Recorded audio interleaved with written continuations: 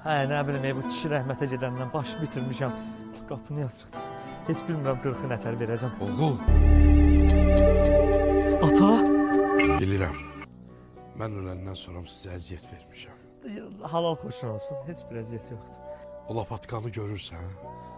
Həmişə elədiyin zarafatlar eləmədi ata. Yox oğul, bu dəfə zarafat deyil. Götür onu, mən dediyim yeri qaz! Qaz!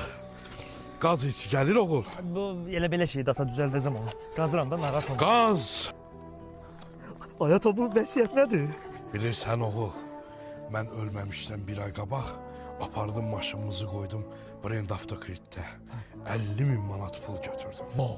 O pulu apardım Zəynan xeylaqlarıyla dağıtdım. Sadəcə olaraq can verəndə utandım sizə deməyə. O pulu da ödəyərsən oğul. Sənin canının... Bəs mənə demişdilər, çəpinə düşdüyün vaxt uça bilərsən. Fış fış.